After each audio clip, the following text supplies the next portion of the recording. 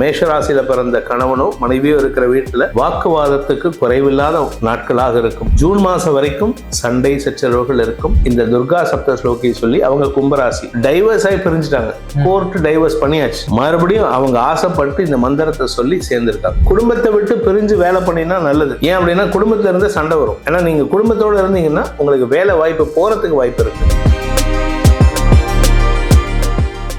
மேஷ ராசியை பொறுத்த வரைக்கும் செலவுகள் ஜாஸ்தியாகக்கூடிய நேரம், தேவையில்லாமல் வாக்குவாதம். ஏன்னா 2ஆம் இடத்திற்கு வருஷ ஆரம்பத்தில் பிரச்சனை இல்லை. வருஷ ஆரம்பத்தில் கொஞ்சம் மனக்குழப்பங்கள், மிஸ் அண்டர்ஸ்டாண்டிங்ஸ் வர ஆரம்பிக்கும். மார்ச் மாதத்துக்கு மேலே பேசினாலே சண்டை வீட்டில் நீங்கள் பார்க்கலாம். மேஷராசியில் பிறந்த கணவனோ மனைவியோ இருக்கிற வீட்டில் மார்ச் மாதத்துலேருந்து வாக்குவாதத்துக்கு குறைவில்லாத நாட்களாக இருக்கும்.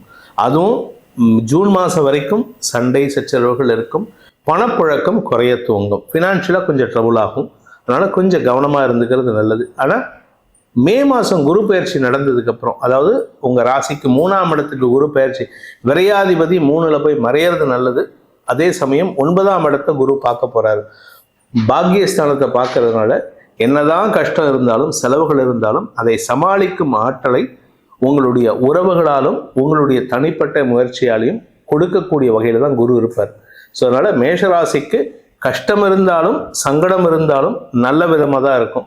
அதுக்கப்புறம் அக்டோபர் மாதம் குரு 3ஆம் இடத்துலேருந்து அதிசாரமாக 4ஆம் இடத்துக்கு போகிறார். மே டு அக்டோபர் குரு மிதுன ராசியில் இருப்பார்.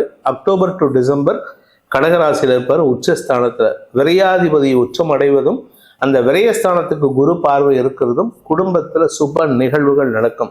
கேட்கலாம், சார் சுப நிகழ்வு நடக்கும்னு சொல்கிறீங்க, வருமானமே இருக்காதே. ஏன்னா சனி 2ஆம் இடத்தை பார்க்குறாரு. அப்படின்னு அந்த சமயத்தில் பணத்தை கொடுத்து செலவை பண்ணிட்டு அதுக்கப்புறம் மறுபடியும் கடனாளியாக உட்காந்துருப்பீங்க. ஆனால் சுப நிகழ்வுகள் நடக்கக்கூடிய ஆண்டாக இந்த 2025 மேஷ ராசிக்கு இருக்குது. பட் இருந்தாலும் என்ன பிரச்சனை வரும்னா, சனி விரயஸ்தானத்துக்கு வருதுனால வயசானவங்களாகட்டும் மிட் ஏஜில் இருக்கிறவங்களுக்கும் ஆரோக்கியம் சார்ந்த விஷயங்களில் கொஞ்சம் கவனமாக இருக்கணும். ஸோ மருத்துவ ரீதியான செலவுகள் ஏற்படுறதுக்கு வாய்ப்பு இருக்குது. ஏன்னா குரு உங்கள் ராசிக்கு 6ஆம் இடத்த பார்வையை விட்டுடுறாரு, பார்வையை மாற்றிக்கிறார். ஸோ 6ஆம் இடத்துக்கு இத்தனை நாளாக பார்வை இருக்கிறதுனால ஆரோக்கியத்தில் எந்த பாதிப்பும் இல்லை.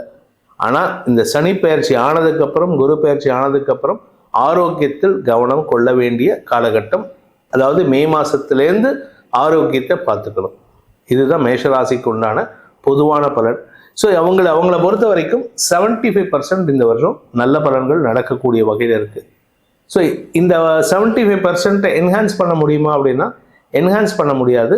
அதில் வரக்கூடிய கஷ்ட பலன்களை எதிர்கொள்ளக்கூடிய மனோதைரியத்தை வளர்த்துக்கலாம். அதுக்கு என்ன பண்ணணும் அப்படின்னு கேட்டேன்னா துர்கை வழிபாடு. இந்த வருஷத்துக்கு ஒரு பொதுவான பரிகாரம் சொல்லிடுறேன். எல்லா ராசிக்காரங்களும் 12 ராசிக்காரங்களும் 12 லக்னக்காரங்களும் சொல்ல வேண்டிய ஒரு மந்திரம் என்ன அப்படின்னு கேட்டால் துர்கா சப்த ஸ்லோகி.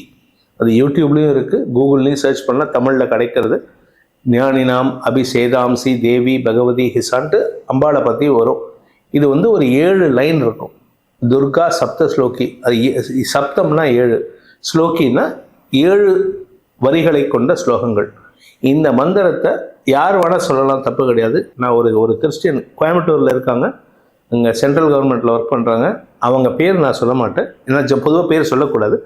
அவங்களுக்கு இந்த ராத்திரி சாயந்தரம் 7 மணிலேருந்து 8 மணி வரைக்கும் கிட்டத்தட்ட 3 வாரத்துக்கு அவங்களுக்கு இதுக்கு நான் கிளாஸ் எடுத்து அந்த அம்மா இந்த துர்கா சப்த ஸ்லோகி சொல்லி, அவங்க கும்பராசி, பிரிந்த கணவன் மனைவி உறவுக்குள் மீண்டும் டைவர்ஸ் ஆகி பிரிஞ்சுட்டாங்க.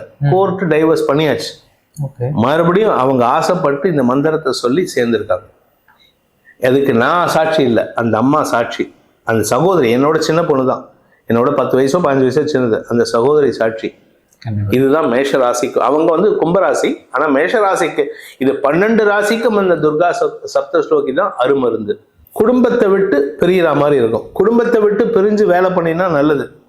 ஏன் அப்படின்னா குடும்பத்துல இருந்து சண்டை வரும். ஏன்னா நீங்கள் குடும்பத்தோடு இருந்தீங்கன்னா உங்களுக்கு வேலை வாய்ப்பு போகிறதுக்கு வாய்ப்பு இருக்குது. ஸோ அதனால் குடும்பத்தை விட்டு நான் ஹாஸ்டலில் தங்குறேன், இல்லை எங்கள் பெரியப்பா வீட்டில் தங்கி வேலைக்கு போகிறேன் அப்படின்னா தாராளமாக போகலாம். அப்போ வேலை வாய்ப்பில் பிரச்சனை கிடையாது. அப்போ வாக்குவாதமும் ஏற்படாது. ஆனால் பண விரயம் ஏற்படும். ஆரோக்கியத்தை பேணுவதும் நல்லது. மேஷராசியை பொறுத்த வரைக்கும் அந்த காலத்தில் கிராமத்தில் சொல்லுவாங்க, அப்பாவுக்கும் பையனுக்கும் ஒரே ராசி, அதனால் வந்து பையனை வெளியூருக்கு அனுப்பிடு, இல்லை புருஷனை வந்து வேற ஊருக்கு அனுப்பிடு. அந்த காலத்தில் இதை வந்து அப்ரப்டாக சொல்லுவாங்க. ஆனால் இந்த காலத்துலனா வேலை விஷயமா வெளியில் போங்க, உங்களுக்கு நல்லது நடக்கும். குடும்பத்தில் இருந்தாலும் பேசுறத குறைச்சிக்கோங்க. தேவையான விஷயத்த மட்டும் பேசுங்க. அனாவசியமாக உட்காந்து பேசிட்டு ஆர்கியூமெண்ட் பண்ணி உனக்கு தெரியுமா எனக்கு தெரியுமான்னு சண்டை போட்டுறதுக்கு பேசாமல் இருக்கிறது நல்லது. பேசி ராசாபாசமாயிட்டு சண்டை போட்டு முகலாபம் இல்லாமல் பிரிஞ்சு போகிறத விட அப்பா பையனுக்கே சண்டை வர்றதுனால பேசாமல் இருக்கிறது நல்லது. ஒரு 2 வருஷம் பேசாமல் இருந்துட்டோம்னா அதுக்கப்புறமா வந்து நம்ம வந்து கொஞ்சம் மெச்சூர் ஆகிடுவோம். நாமளும் மெச்சூர் ஆகிடுவோம், நம்மளுடைய பேரண்ட்ஸும் மெச்சூர் ஆகிடுவாங்க.